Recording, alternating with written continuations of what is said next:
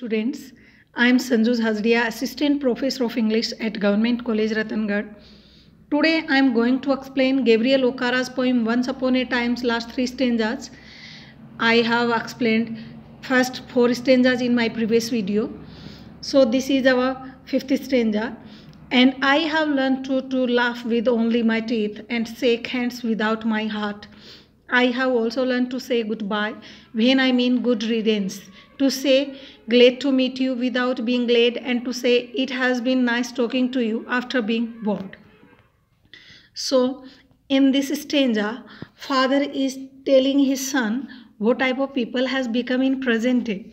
So and I have learned means and I have learned, the poet has learned to laugh without heart and warmth, means the narrator of this poem is saying to his son that he has learned to laugh without heart and warmth. To laugh with only my teeth. And the poet shows now the narrator laughs with his teeth to show, not with heart and warmth.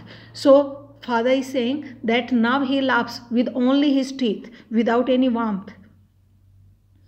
And shake hands without my heart. And he also shakes hands without any warmth, without any willingness. I have also learned to say goodbye. And he has also learned to say goodbye to people when I mean good riddance. And it does mean as he feels good at getting rid of. To say glad to meet you, and it is said only as a formality. There is no real gladness on face without being glad, because he is not glad to meet anybody. So without being glad, and to say it has been nice talking to you after being bored, and without being glad he meets to people and say glad to meet you, and in the same manner and to say it has been nice talking to you after being bored, after feeling boredom or having no interest, he says it has been nice talking to you. So this is the today's reality. So conclusion of this poem is, at present to say some phrases has become a tradition only, as glad to meet you, as it has been nice talking to you. It has no relation to heartly pleasure or happiness. So I think you understood it. And now next stanza. But believe me, son, I want to be what I used to be when I was like you. I want to unlearn all these muting things. Most of all, I want to relearn how to laugh. For my laugh in the mirror shows only my teeth like a snake's bare fangs. So, but believe me, son. Now he is becoming more emotional and he says, but believe me, son. He says to his son, means father is saying to his son, I want to be what I used to be. I want to become that person what I used to be. In the past, I was an honest and innocent person, and I want to become that person. When I was like you, when I was innocent like you, the poet was innocent, means the father was innocent like his son. I want to unlearn all these muting things, and I want to unlearn, to forget or remove from memory these muting things, means these unreal and false things. Most of the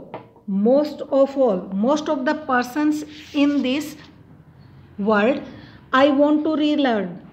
The poet or the narrator wants to learn to live honestly with truth. How to laugh, he wants to relearn how to laugh. For my laugh in the mirror shows only my teeth, because my laugh, whenever he sees his laugh in the mirror, it shows only his teeth like a snake's bare fangs, and it shows the teeth only for show, not real. So I think you understood it. And now last stanza. So show me, son, how to laugh. Show me how I used to laugh and smile once upon a time when I was like you. Now father is asking to his son, So show me son, show me. The father asks his son to tell him how to laugh. He wants to learn how to laugh from his son. So how to laugh with heart? Show me how I used to laugh and smile, and show me how I laughed in my childhood days, in my innocent days. So how to laugh with the heart? Used to laugh and smile. The poet laughed and smiled in the past. I was like you. I was like you. He was as innocent as his son. So when the poet was as younger as his son. So in this final stanza, the poet asks the son, almost pleads with him, to show me, son, how to laugh. Show me how I used to laugh and smile. The writer sums up what he has been trying to say throughout the whole poem to the person he is having the conversation with, that teach him all the good habits he has lost and teach him to have true emotions. So I think you understood this poem, and I am concluding this poem now. I think you enjoyed it, and thanks for watching this video.